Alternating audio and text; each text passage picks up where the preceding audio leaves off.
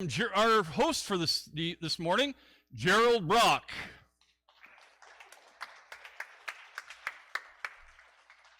How y'all doing? So the folks in from California, welcome. Thanks for attending our show today. All right, we'll be calling up our contestants, all right? From a classroom near you, baptized right here in this baptismal, we have Samia. Amen. Give her a round of applause, everybody. Next, we have someone who's read every book, all right? She's been to most libraries nearby, some abroad. She's a pastor's kid, PK, all right? We have Elizabeth. Give her a round of applause, all right?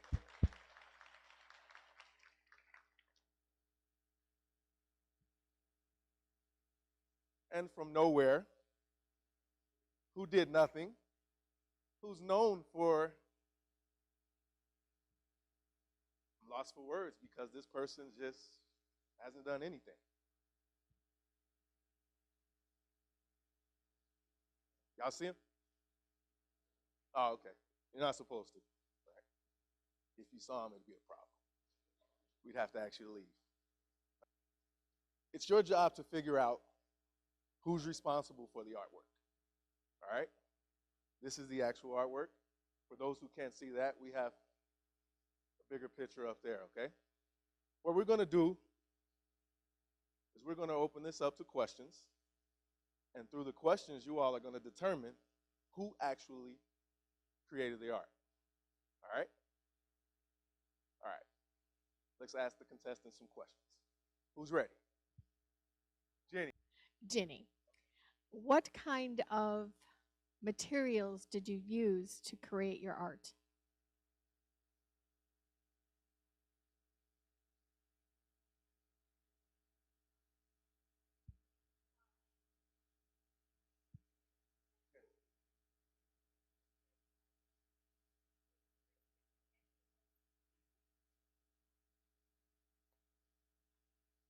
I got some generic aspirins from the dollar store, and the boots were my fiance's, and I just use acrylic paint and my favorite Gorilla Glue.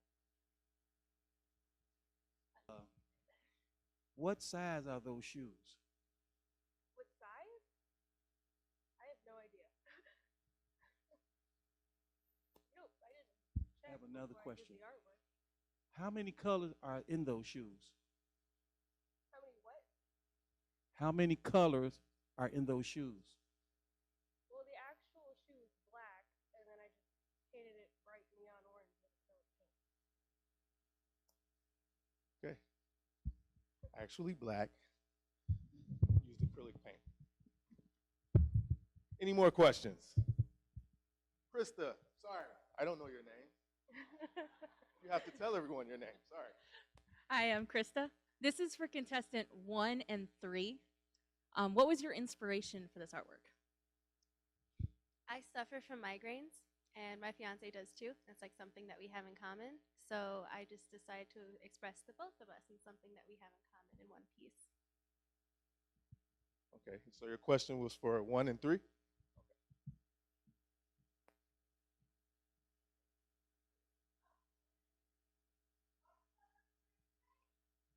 Nobody. That's what he announced.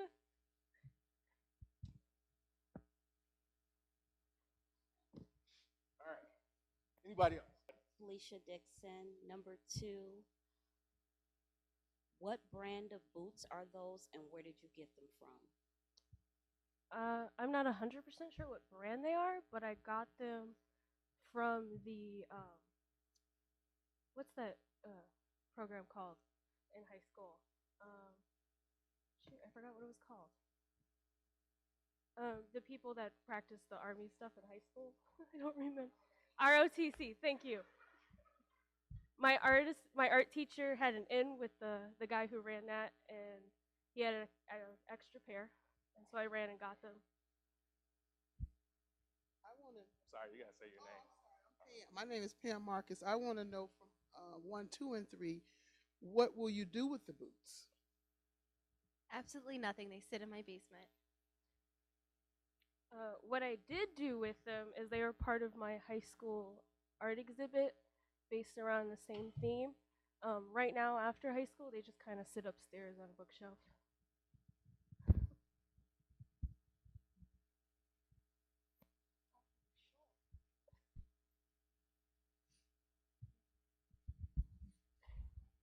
He's answering the question.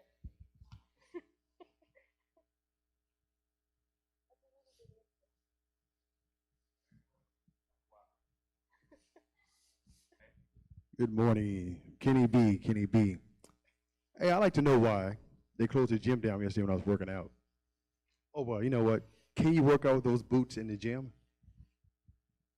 Which contestant? Oh, the invisible one. Number three.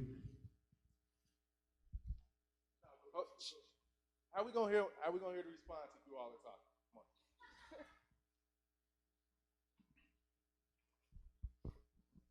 Sir, you have a question? Yes, I do. I'd like to ask, I'm Steve, and I'd like to ask contestants 1, 2, and 3, what were you trying to express with this artwork? All right, we'll come back. All right, so in high school, I had a particular theme. Senior year, I focused on the military. So with this particular piece, I talked about how PTSD affects a lot of military people, and a lot of them will turn to drug addiction once they're out. In the military, from what I've been told, whenever something happens to you, you can break your leg backwards and they'll tell you take an aspirin, and then they still expect you to work. So my fiance goes through like things like that where he has like his chronic migraines and he can't wake up, he can't move, can't deal with light. They tell him take an aspirin and he has to get up and keep going. So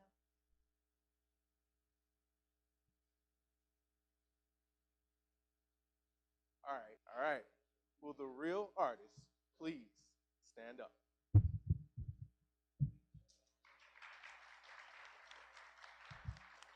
you're a pretty good liar, though. You guys we don't lie in church. We were playing a game. All right.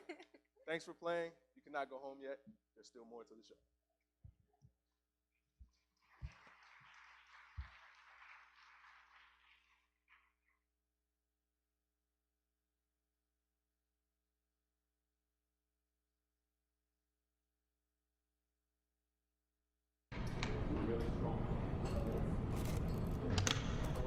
Let me put it this way, I'd like to think that God is real. I don't believe in God because the idea that an omniscient, loving being would judge me, who is mortal and ignorant, based on a few years' experience, I find to be rather a cruel thought. All the power that God has, he, she, it has given to me. So we're definitely one. I hope there's something else out there. It'd be fun to experience either that or we're all just evolved apes. I was raised atheist. I don't believe in a higher power, but I also don't claim to know everything about the world. I don't know. I don't know if there is one. I just pretend, I guess, and hope that there's something else out there.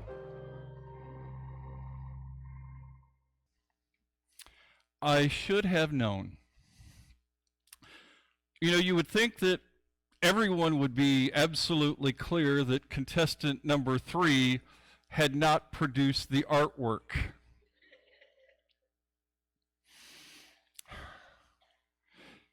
Except as we look at our world, you would assume that people would also think that the universe that it is, the beauty that is there, the mechanical precision at which the world functions and the universe functions would lead people to believe that it didn't just happen. That somebody or something was behind that creation. You would think. We're on the way to school one day, and I don't know what, I was taking Timothy to school, and I don't know what prompted the question, but the conversation began where he told me it was his junior year in high school, and he told me that he had decided that he was an atheist. I asked him what had led him to such a decision.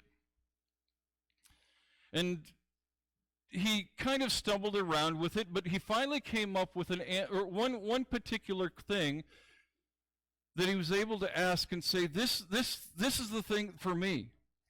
As you read the Bible, there are all of these miracles that happen. Why aren't those miracles happening today? You see, there was something that caused him to come to a place of crisis, a place of confrontation, a place of mulling some things over and coming to a difficult conclusion because some things that he had thought he knew weren't seeming to add up. Everyone eventually deals with that question. That difficult place of determining, what do I think about God? Is he real, or is he just something that's made up? Is this a fairy tale myth, or is this truth? Am I believing in the man in the third seat? Or is there someone behind all that I'm seeing? Even if we conclude that we do not believe, we will wrestle with that question. It's one of the things about us. A number of students in school have written to God letters, and in those letters here, let me give you a sampling of those. One, dear God, how can you do all of those miracles in the old days, but you don't do any anymore? That's Timothy's question. Signed, Seymour. You see all of those things that happen in the Bible, all of those miracles that happened. Why aren't miracles happening today? I think one of the issues for that is that we assume that miracles were more prevalent than they actually were in the Bible. Miracles were not an everyday occurrence. Even in the life of Jesus, we have recorded for us 30 to 40 miracles in 3 years. Throughout the Old Testament, which is 1,500 years of time, we don't have more than a smattering. But it's a real question. Another student wrote a question. Dear God, maybe Cain and Abel would not kill each other so much if they had their own rooms. It worked with my brother, signed Larry. I think some of us can relate to that kind of thing. Proximity, and, give me my space and such. Allison wrote, Dear God, I read the Bible. What does begat mean? Nobody will tell me. There are some things that you're just not real sure conversations you want to have with your children, is there? At certain points. Lucy said, Dear God, are you really invisible, or is that just a trick? Frank said, God, I bet it's very hard for you to love all of everybody in the world. There are only 4 people in my family, and I can never do it. We know that one, don't we? The difficulty of loving those who are closest to us. Did you really mean do unto others as they do unto you? Because if you did, then I'm going to fix my brother. Signed, Darla. We often do that with Scripture, don't we? Do a little twist within it. Or God, it's okay that you made different religions, but don't you get mixed up sometimes? Arnold. Each of us have penned those little letters to God ever so often, haven't we? It may not have been with pen and paper, but there have been those times where we've had those little questions crop up from God, and we wonder if he really exists. Have you been there before? Perhaps it's been at the deathbed of somebody who's close to you. As you see the life slowly ebb from their body, and you wonder, God, why didn't you heal them? Perhaps it's in the disappointment of a failed attempt at something, trying to get a job or get into a college or get into a high school or something that leaves you just feeling like God has abandoned you. You had banked on all of this thing and entrusted that God would make it happen, and it all didn't realize itself. And you wonder, were all the prayers that I prayed a waste of my time? God, are you there? Do you really exist? Have you been there? Are you there now?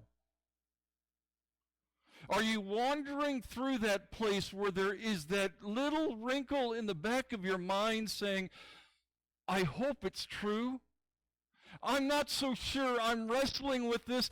I don't know that in the end, I won't be left empty-handed and feeling like it was all a waste. God, hold on. Have you been there? About 136 years ago, Friedrich Nietzsche declared, God is dead, and we have killed him.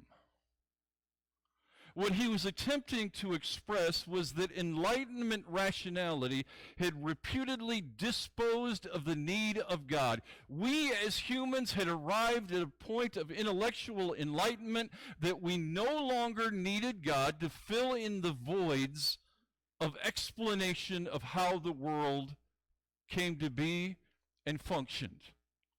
We could explain all things. Everything was in humans' rational understanding. Most of us go through that time of questioning God's existence. Psalm 53 verses 1 through 3 say, the fool says in their heart, there is no God. They are corrupt, doing abominable iniquities. There is none who does good. God looks down from heaven on the children of man to see if there are any who understand, who seek after God. They have all fallen away. Together they have become corrupt. There is none who does good, not even one. All of us have those points like Nietzsche where we feel like God's can be dispensed with. God is gone. God isn't here. God has left the building and left us alone. But does God exist? Is there really such a being? Evidence of God comes from a multitude of sources: creation, morality, intelligence, and love. Once we establish that there must be a God, though, we are ready to discover who God really is. The good news is that God is not intimidated by our questions. And neither is First Christian Church of Chicago. That's why we are doing the Explore God stuff. If you have questions about God, we are glad that you are here today. We would love to answer them because questions are good. They help us explore our faith. All of us have written letters to God asking those questions. Even if it's not a literal letter, even if it's just a tossed up prayer that we have thrown up to God in the midst of our struggles, God welcomes those questions. Though we might not write our names or respond to us with writing in the sky or respond with a handwritten note on his behalf, he has given us lots of indications of his presence. Jeremiah chapter 29, verses 12 through 14, which falls on the heels of one of the most quoted verses of our time. And we need to read, when we read Jeremiah 29:11, we need to go on to these other verses. And it says this: Then you will call upon me and come and pray to me, and I will hear you. You will seek me and find me when you seek me with all of your heart. I will be found by you, declares the Lord. And I will restore your fortunes and gather you from the nations and all of the places where I have driven you, declares the Lord. I will bring you back to the place which I have sent you into exile. Now here he's talking to the people of Israel who were in physical exile in Babylon and saying that there is a time that I will take, and as you seek me, as you look for me, as you take and with everything that you've got, you search for me, you will discover me again. And in that day when you discover me again, you will find me, and I will return to you all of the blessings that I've removed. Now that particularly is a promise to the people of Israel, but there are implications which come to us that say when we seek God, when we really set ourselves with intentionality to discover him, to find out who he is and what he is like, he will answer. He will show himself to us when we really attempt to find him. The problem is that there are often people who don't care. They have the questions. They wonder, does God exist? And wonder if the question will answer itself. God, I wonder if you exist. Are you really there? But I'm not going to do anything to try to answer that question. I expect for you to answer it for me in a way that will just obviously make it clear to me, without me searching you out, that you were there. But how does God answer that question? How does God make himself real? How does he show himself? One of the ways that he does that is through the natural indicators of creation and beauty. As we look around us, as we see how the universe is put together, God has shown us his handiwork, his fingerprint. Stephen Hawkins, though, said, before we understood science, it was natural to believe that God created the universe. But now, science offers a more convincing option. We can explain everything. There is no need for God. God has been disposed of. Just believe what science tells you, and it answers all of the questions. Except there are more and more scientists who are beginning to realize that science doesn't answer all of the questions. Former atheist,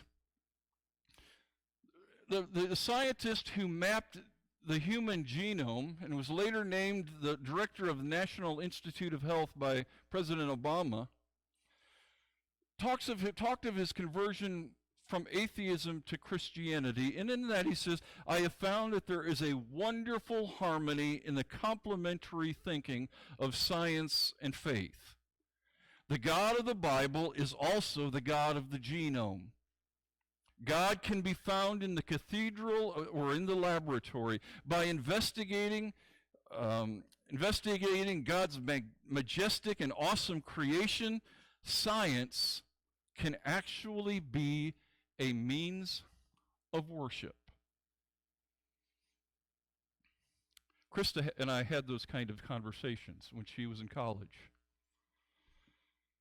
She had some professors that would tell her and some classmates that would question her, and actually even some people here in this church who would say things to her like, can you be a Christian and be involved in science? Don't you find the two competing with other? Don't you find that you have to choose one or the other? That the two can't be reconciled, that you either believe in the God of science or you believe in the God of the Bible.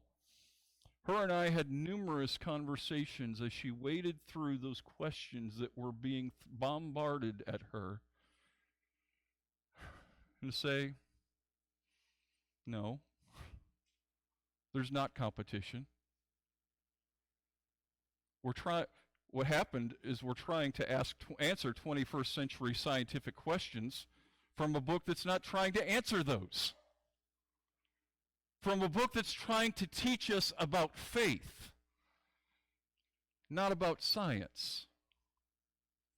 And as the two partner together with one another, we can see that there's some tremendous things there. So what is it about the universe that becomes convincing for us that God had to be involved in it? One of the things is there's a thing called the cosmological constant.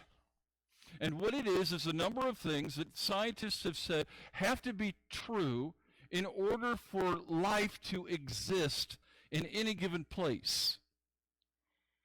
And there's about 12 different things that they have determined are part of that. And I'm just going to mention a number of those. That life has to be true on earth of these, in order for life to exist, these things have to be true. The first one of those is the pull of gravity. The pull of gravity, not just here on earth, but the pull of gravity within the universe. And what that is that if you take the dial from gravity and you move it 1 degree from where it is, either stronger, and everything, the universe doesn't expand as it is. Everything actually implodes on itself, and the universe never happens. You move that gravity, the sense of gravity 1 degree the other direction, everything explodes apart so rapidly that the universe can't exist. Another of those is the distance from the sun. If we were to be just miles closer to the sun, we would burn up. If we were to be miles farther from the sun, we'd freeze to death.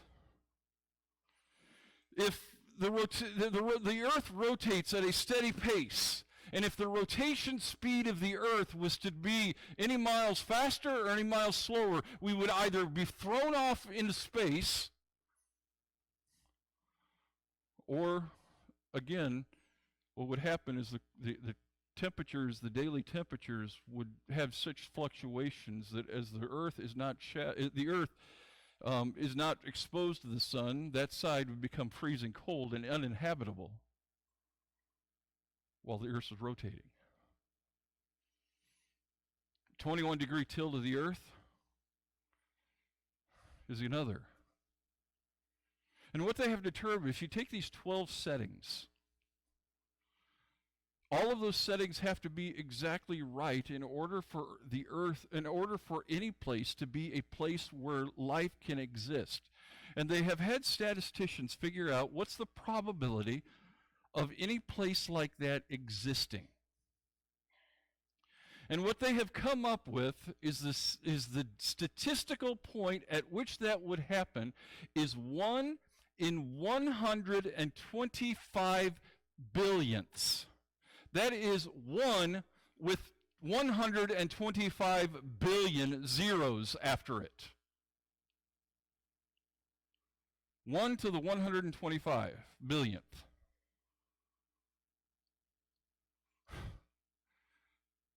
Now, if we were to put that in terms of that we could understand, maybe we can't understand this because this would be so beyond our rationale that we can't come to terms with it.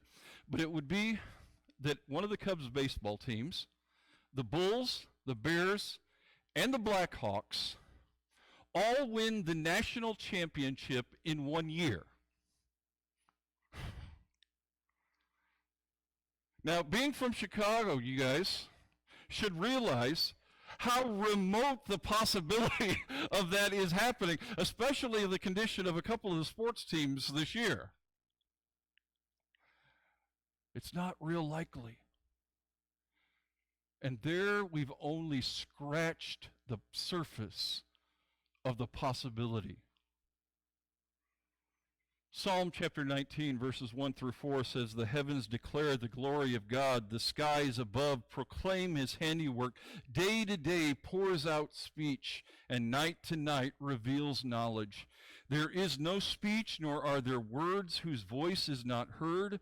Their voice goes throughout all of the earth, their words to the end of the world. In them he has set a tent for the sun. What the psalmist is telling us is, as we look at the world around us, as we look at the intricacy at which it works, as we look that we can determine that the sun is going to come up at regular intervals and it will decline at the end of the day at certain intervals, and we can bank on those kind of reliable things, that God has programmed that into the universe to show us that he is there. Romans chapter 1, verse 19 and 20 says, "For what can be known about God is plain to them, because God has shown it to them. For his invisible attributes, namely his eternal power and divine nature, have been clearly perceived ever since the creation of the world and the things he has made." We can see God's handiwork. We can see his fingerprint upon the world. In a 1973 letter to Dutch writer Nicholas Dirk Doets, Charles Darwin wrote, "I may say that the impossibility of conceiving that this grand and wondrous universe with our conscious selves arose through chance seems to me the chief argument for the existence of God.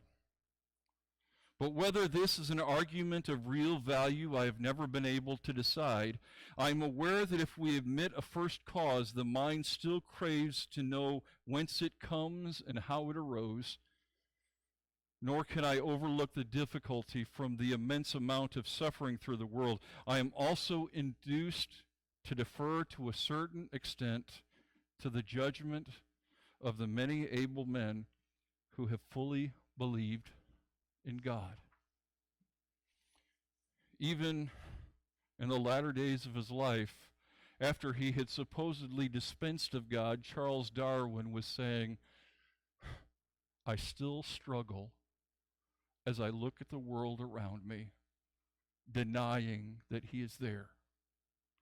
Alan Sandage, who had written what was considered the ultimate book on astronomy as an atheist, shares this at the age of 50.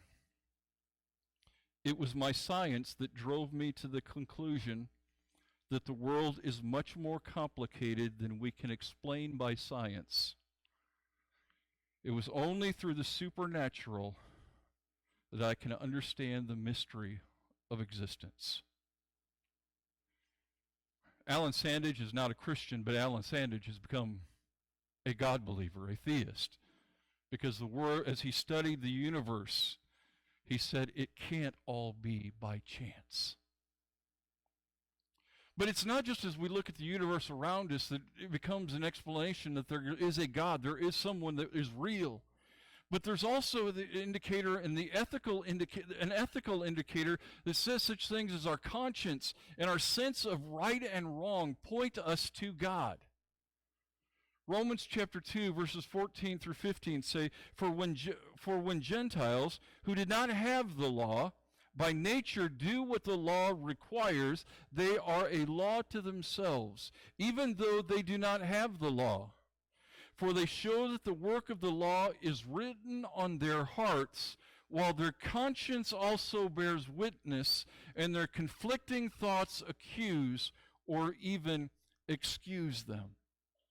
Saying that God has imprinted an ethical value on our lives, and we understand, where did that come from?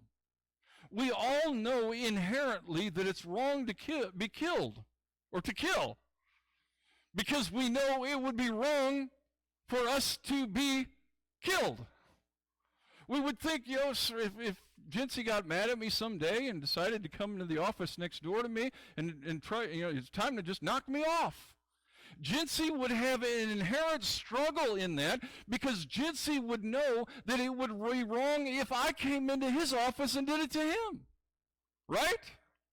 We all know that there are some things that are just wrong. God has imprinted values on our life that says, where did these come from? If survival of the fittest is true, then actually knocking Jincy off would be the best thing that I could do, because it means more food for me. I've reduced the population. It's a good thing. But God has made clear that that's not how things work. As I have imprinted my values on your life, that there are things that you believe, things that you own, morals that you possess. If we are all just generations removed from the wildlife, then those values wouldn't exist. Fyodor Dostoevsky said, if God does not exist, everything is permissible. In other words, the fact that we have an innate sense of right or wrong is an indicator of the morality that God has instilled within us. That God has implanted some value within us. But then there's also, beyond the ethical indicators and the indicators of nation, there's just love. There's just love. That God has implanted us with a desire to love and be loved by others. There was one of my children that when he was being born, that I gravitated south of the equator to see the birth happen. The others, I was so grossed out by it, I just stayed north. I just stayed up, I didn't even venture south anymore. But when Timothy came out, here he came out with this pointy head, I mean, just cone-shaped head, and all squished in, and he was blue and covered with blood, and I thought, congratulations, Lara. You've just given birth to a squid.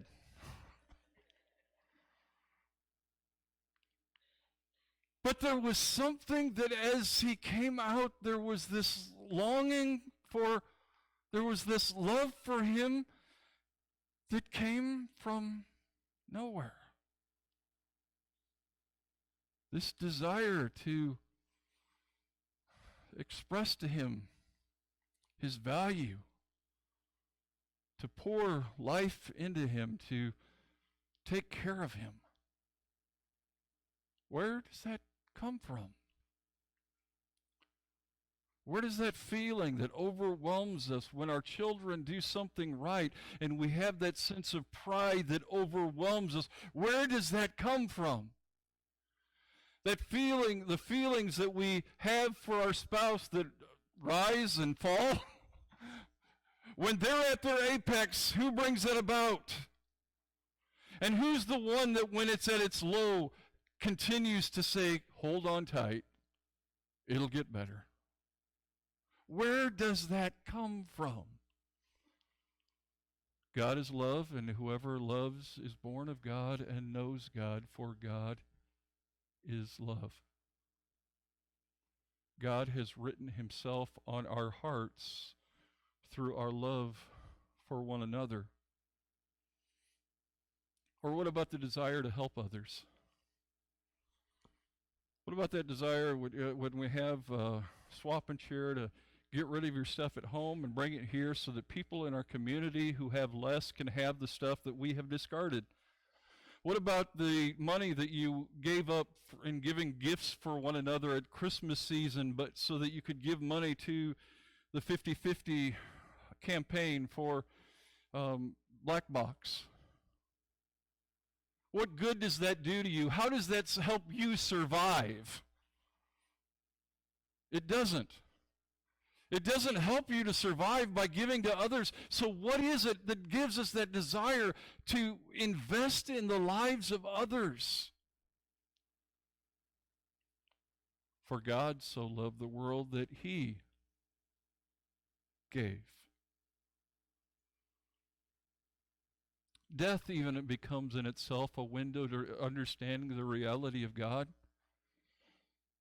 I remember going in 2 weeks before my grandmother passed. She had been diagnosed in November with pneumonia, and they had treated pneumonia for 2 months, and nothing was happening. She was only getting worse. And so they took her in again, and they did some further testing, and they said, we misdiagnosed you. You don't have pneumonia. You have liver cancer.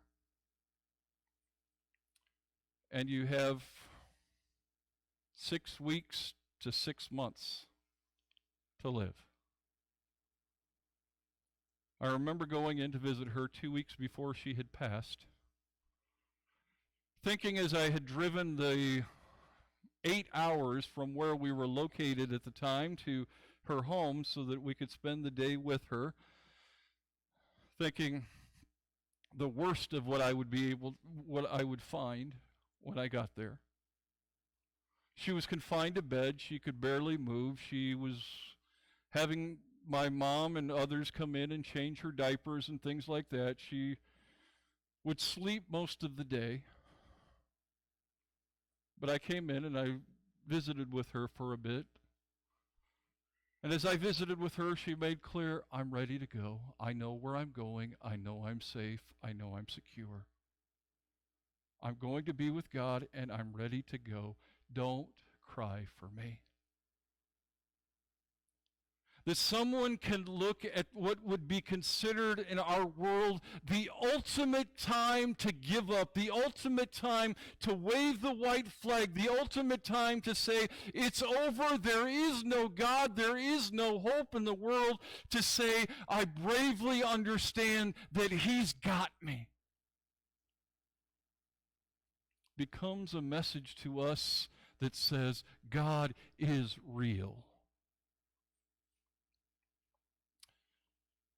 In the videos that have been put together for Explore God that we are having in our Explore God Discovery Times, one of the people in that text, though, says as we look at all those different things, here's what we'd have to admit.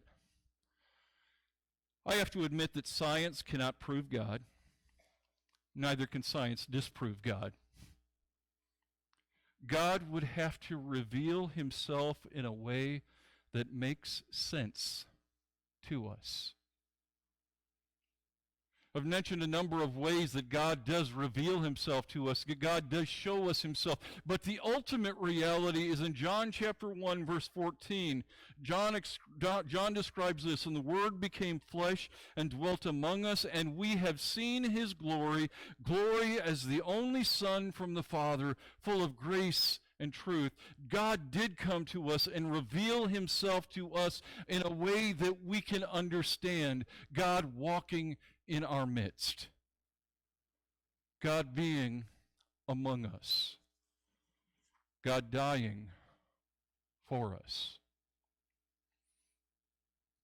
Is the evidence convincing? Statistics show that 80 to 85% of people believe in God, even though they may not consider themselves religious. Are you among them? Even more, are you living as if God exists? What comes into our mind, A.W. Tozer said, what comes into our mind when we think about God is the most important thing about us. The existence of God is not the ultimate question. Once we believe in His existence, we must discover what kind of God He is, and then live accordingly. If each person here was truly to live not only as if God exists, but like He cares for us and has a plan for us, what would change in our lives, in our families, in our workplaces, in our neighborhoods, our cities? Imagine if we lived as if God were with us always. It would be enough to change the world. Let's pray together.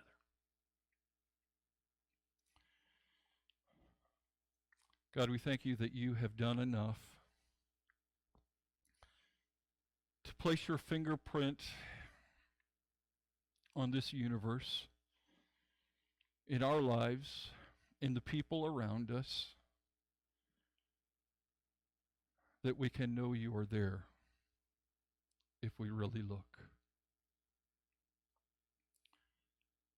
God, move within us to have that desire to look, to see you, to know that you are there, you are active, you are present, and you can change us and change our world.